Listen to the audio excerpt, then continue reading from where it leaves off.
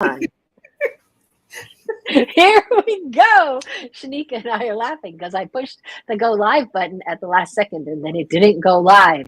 And I guess I need to push it at about the 10-second out business.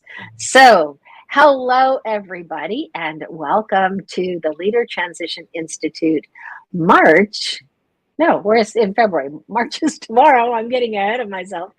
We are here for the February training and coaching session. And I am excited that Sheneke Harris is here with me today. And I think she's going to talk about something that is really important. You know, we get into doing the things we need to do every day. We have a whole long list of everything that we need to do, and we drudge ourselves down it. I got to do this stuff. I got to do this stuff. I got to do this stuff. But Sheneke says, we got to find the joy. And I love that. So Sheneke is going to talk to us about finding the joy in military transition. So, Sheneke, my friend, the floor is yours. Thank you so much, Annie. Once again, thank you for allowing me to be on the LTI platform. Everyone, I am super excited to talk to you today because Annie and I were talking and we were like, oh, we got to find a way to positively promote military transition. And not that, we don't do a good job of it, but we really need to take some time, literally find the joy, because military transition comes with so many different things. And there's so many different pieces, and depending on how far out you get to transition based off of what you have going on at work, within your work center, or the things in life that are going on, your time may not be as long as you would like, or maybe the mission won't allow you to fully dedicate all of the time that you need to transition. So today, I want to talk about finding the joy in transitioning. So we're going to talk about embracing the journey. That's the J, journey. Change your outlook, and focusing on you.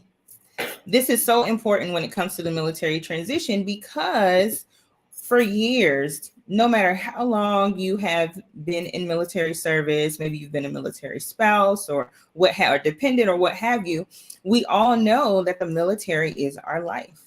That is what we live. That's what we breathe. It's what we do every day, no matter what role you play in that. So before we get into it, I want to give you all a statistic. I always like to start this way. So the Department of Labor has a statistic out there that states 200,000 service members transition every year to civilian life. And they broke it down a little further, and it says 1,300 veterans and families transition each day. So I put out there for you because I want you to know in this military transition phase of your life, or whatever transition it may be, you are not alone. You fit in this number. It's a huge number, and then they break it down. But then if you look at it in your circle, you're not doing this by yourself. And I thought that was kind of fun to put that out there because it's important to know that we're not taking this journey alone. So the first thing you want to do is embrace the journey. So of course, a journey is defined as the act of traveling from one place to another. Journey is also defined as traveling somewhere. And if you think about it with a different perspective, and we talk about journey, this is in fact us going from one place to another. And for some of us, we are literally traveling somewhere else. You may not end up where you started. Your last duty station may not be where you transition into your civilian life. So when we are embracing the journey, this is what I want you to ask yourself. What are you looking to get out of your military transition experience? And I want you to ask yourself that question, because for some of us, this military transition experience, we just want peace. For some of us, we want a smooth transition. For some of us, we want to make sure that we find employment as soon as our terminal leave is over. Another question to ask yourself: what are the positives that you can learn from this journey? Now, don't get me wrong. I know there are negatives that are going to pop up, but I truly believe if we take some time, keep the negatives in mind, because those may be the reality in this moment, but you can also find some positives that you can learn from in this journey. And when I say positives, I mean, what are some of your strengths that you're able to take with you during this process? And what are some of the things that you can control in this process? So I can tell you some of the things that we cannot control in the military transition. We cannot control how fast organizations move for us. Maybe we have some things set up, already lined up, and we're waiting for a certain organization to give us the documents that we need or give us our medical clearances that we need. We don't have control over that. What are your strengths that you're taking from the military that you're going to be able to use in this transition and into your civilian life? So when I say embrace the journey, I feel as though there are a lot of positive things that we can use to go from this one place to the next, or to travel somewhere. So I had to unmute myself. Sheneke, I'm sorry. I love that. I think it's really important to remember that as there are challenges, that there are positives. Yes. Yep. And we have to, when we focus on the fact that on the things we can't control, then they become overwhelming. And so I think you're so right to say, to remind us that there are some things we can control and some things we can't. Yes. Thank you so much. So next, I would like to say that we need to change our outlook. So our outlook is defined as a person's point of view or their general attitude to life. Or maybe it's your view. So what is your outlook on military transition? Now, of course, I got some questions. How do you view the military transition? Do you view it as something positive that's happening? And we must all be aware that not everyone who transitions from the military has a good experience, right? But is that your experience? Because sometimes we take on other people's experiences as our own. And there's nothing wrong with listening to friends, listening to family as they are taking these transitions as well. But where do you fit in? Do you need to do a better job of being a listening ear and not taking on those burdens or those negative things that may be coming your way from their experiences? Because you can use some of their experiences as reminders when you are going through your military transition. So I'll give you an example. Some people state, man, financially it was hard for us when we did this military transition. And that may be true. But why was it hard? Is it because there were some other financial things going on at the time and the military transition was not a good time, but unfortunately we didn't have a choice and we had to transition anyway? Or is it that we have a lot of consumer debt? Instead of us buckling down and making sure that we have our goals when we're trying to get out of that situation, we didn't create a timeline that was realistic? Or was it that we just didn't know what we didn't know, right?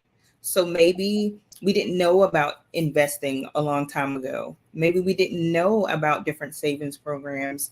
Maybe we didn't know the timelines that need to happen in order for us to make sure that we're able to bridge that gap from our last paycheck until the time where we get our first retirement paycheck. So those are some things to keep in mind. Are people only sharing the negative side of the transition? Oh man, Sheneke, you hit a button. I just want you to know that if you go down any social media feed, it's so rare to see the positives about anything. Yes. I think that's what, you know, why do we do that? Now I've Sometimes, put you on the spot. I'm sorry. why do we think? So it made me think sometimes we share the negatives in an attempt to help someone else, not realizing that we're really creating a negative space. Mm. And sometimes we share the negatives because we're not being heard on certain platforms. So it's easy for me to go to this platform. Someone's going to hear me. And it's not a bad thing to share the negatives, but are you sharing more negatives than you are positives? Because if I see you and you're on social media and you're happy and you're retired, and I call you up and I say, hey, how's retirement going? And you're like, oh, it's not great. Well, now I'm confused because it's not lining up. Right. Or vice versa. If I see all of the positives and then I call you and I say, hey, how are you doing? Oh, it's rough. It's just not going well. And we need to be honest and transparent with people. So I've had people say to me, man, you look like you're having a good time. I am. I am at peace. However, I have my moments. I have my moments where I feel like I'm not contributing. I have my moments when I don't think I'm doing enough. I have my moments where I don't know if I made the right choice. But I can tell you those moments are far from the positives, because the positives, I'm able to say, man, I'm able to get up. I'm able to take my kids to school. I'm able to get up. I'm able to do some of the things that I wasn't able to do. And I'm also able to focus on what is here and surrounding me in this moment. So sometimes So it sounds to me, Sheneke, like Mhm. you're choosing to focus on the positives. Yes, because Oh, that's a dirty word, isn't it? Choice. it's easy to get caught up in the negatives because sometimes that's the road that we're taking. Um, because there could be some confusion, some hurt, some anger, some bitterness. Maybe we didn't transition the way we wanted to. Maybe we had a plan where I'm going to transition in 5 years, but because of the way that the military was moving, this is too much for me and my family. Now I have to cut that down to I'm transitioning in 2.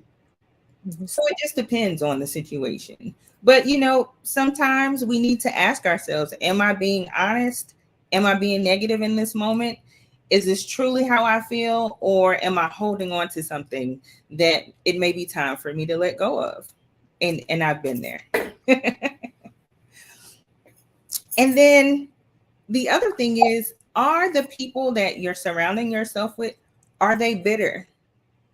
Are they upset because things didn't go their way? Or we think about it, and I was bitter at one point because I felt like I did everything that I could have done, and I'm still on the other end with my DD-214.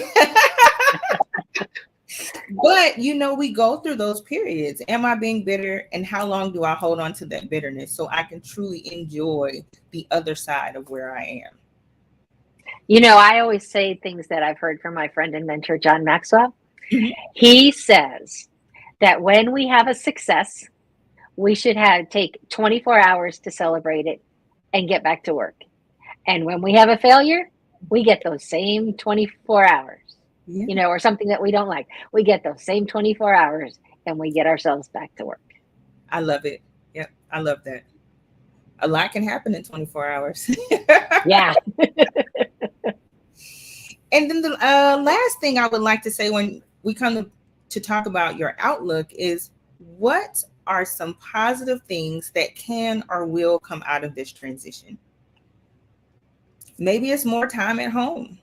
Maybe it's rebuilding relationships. Maybe it's being able to travel, pick up a hobby. Maybe it's finally focusing on a job or a career that you've been wanting to do for years and you just didn't have the time to do that. What are some of the positives? I can rest more. I can volunteer more. I can learn who I am. Because think about it, when we're in this military transition, if you've done any amount of time in the military, they tell you who you are. Now, it doesn't mean that you don't know who you are, but in some cases, you have to peel off those layers and either relearn who you are or ask yourself, who am I now in this moment? Because it changes daily. I can attest to that. So those are just some of the tips I have on the O, change your outlook. Love those. I love those. And I think that is very important, to think about the positive things that come out of your transition. But one of the things that I was thinking about when you were talking about embrace the journey, and it goes along with these positive things, is I think we have to create a plan. Yes. Yep. That and so if we can, when we embrace our journey, maybe we think about some things that we want to do on the journey, we write them down, and then we figure out when we're going to do them. And when we think about the positive things that can come out of our transition, maybe we write those down and look at how can we make those positive things happen, how can we embrace them, what Yes. what do we need to do, what if they're not happening, what are we missing, what are we leaving out, and how do we get to them. But I Yes. love your idea of thinking about what are the positive things that can come out of it. Thank you. And then the last point is focusing on you. And Annie, perfect segue into what you just said, because focus is the center of interest or an activity or something to pay particular attention to. And that's what I love about changing focus from we to me, because it has us focus on ourselves. And in these moments, you get to be selfish. You get to think about you. You get to make you a priority. Now, I know that may be hard for some of us, right? Because we have these hearts where we care for everyone, we want to take care of everyone, or we've been molded and mentored to take care of everyone in our charge. But at the phase of your military transition, this is where you have to be selfish, and this is where you have to focus on you. So I'll share this story real quick about me and my military transition.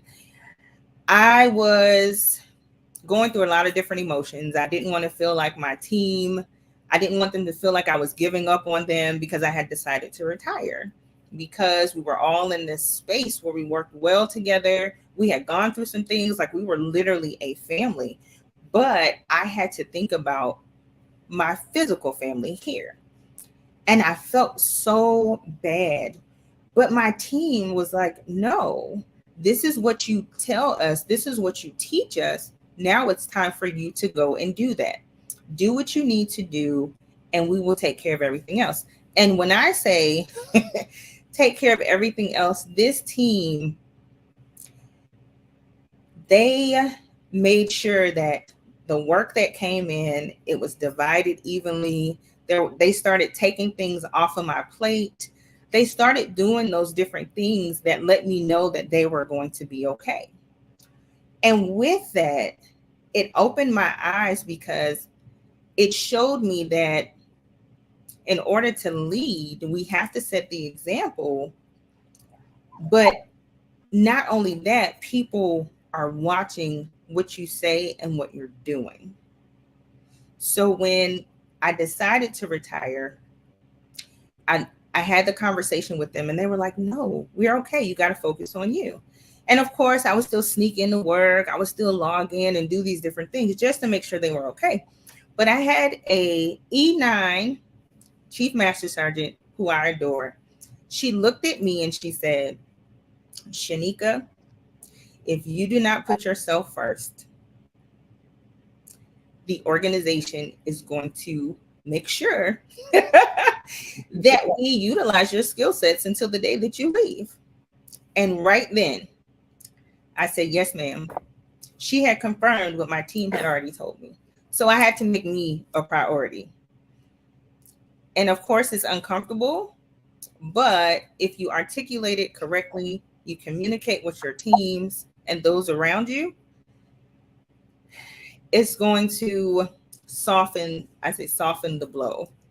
But I had to make me a priority, and they made me make me a priority. And I had to make my transition a priority. That means making those um,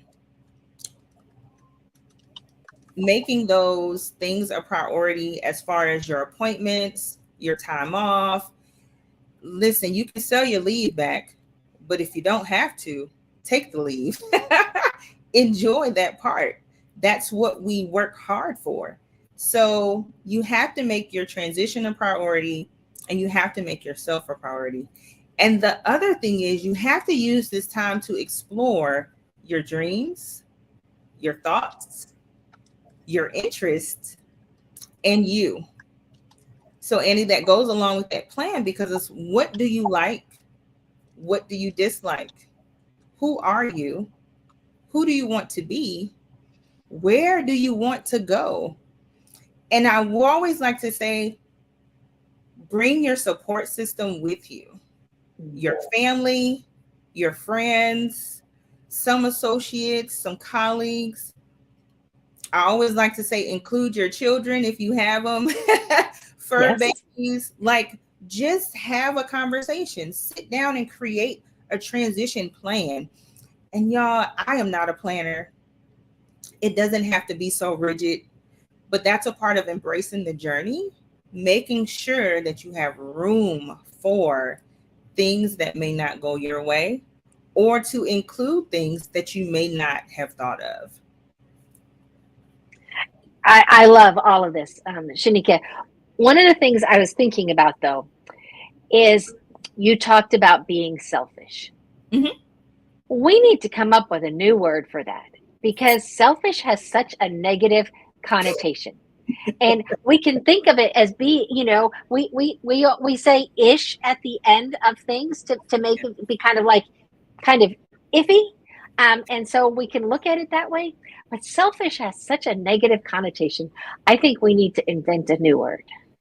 I don't know what it is right now. I'm sorry. I don't have a suggestion. We need to work on that one. And if somebody who's listening now or later to the recording has an idea, make sure you send it to Sheneke and me.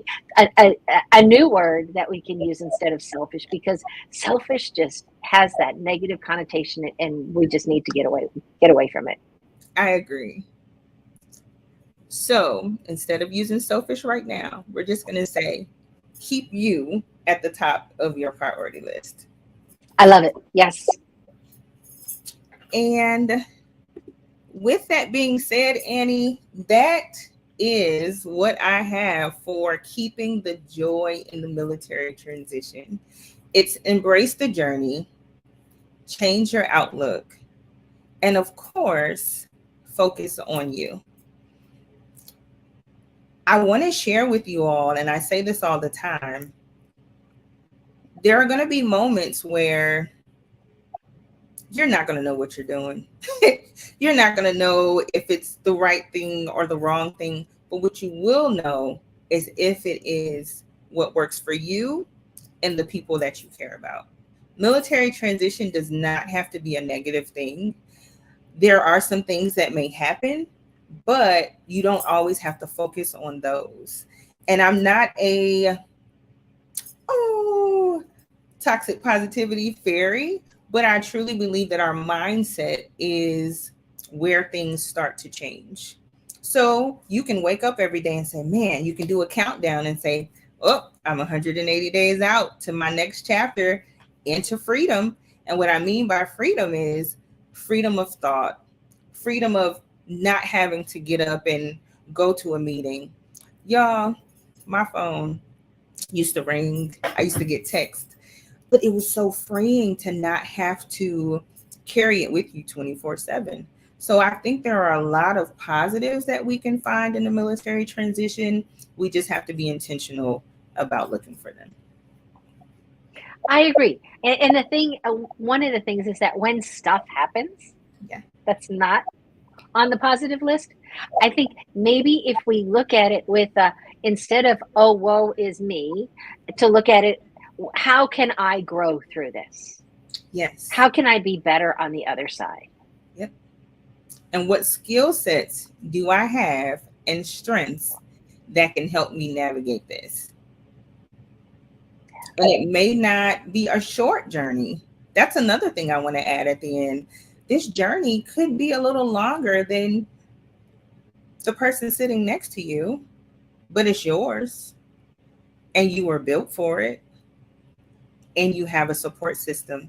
And the last thing, I really want to tie this in, Annie, community during the military transition is important. Yes. It is. Because I can tell you, no one understood my story through a military transition than my fellow brothers and sisters in arms who had already done it, were in the process of doing it, or they were getting ready to do it, and I was able to help them. So please make sure you are networking. You don't have to get overwhelmed. You don't have to say, I'm going to have a network of 50,000 people by the end of the, you don't have to do that. Some of the most impactful networks start off as networks that are genuine. They are going through the same thing, and they're just always going to be there for you. So I encourage you all to build a community if you do not have one. Embrace the community that you do have. And it's okay to invite new people into your communities and support systems.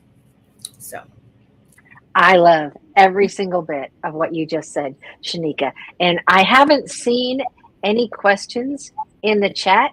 I hope if you have a question that you'll put it in the chat. I'm going to put up here the 3 things that you talked about: embracing the journey, to change your outlook, and to focus on you. I think those are key. I think that when we do that, we move ourselves forward. And as we teach in Changing Focus, moving from we to me, 1%, one step every day. If we take one positive step every day for 100 days in a row, they'll compound each other. And can you imagine how much better you can be just by taking one positive step every day? Yeah.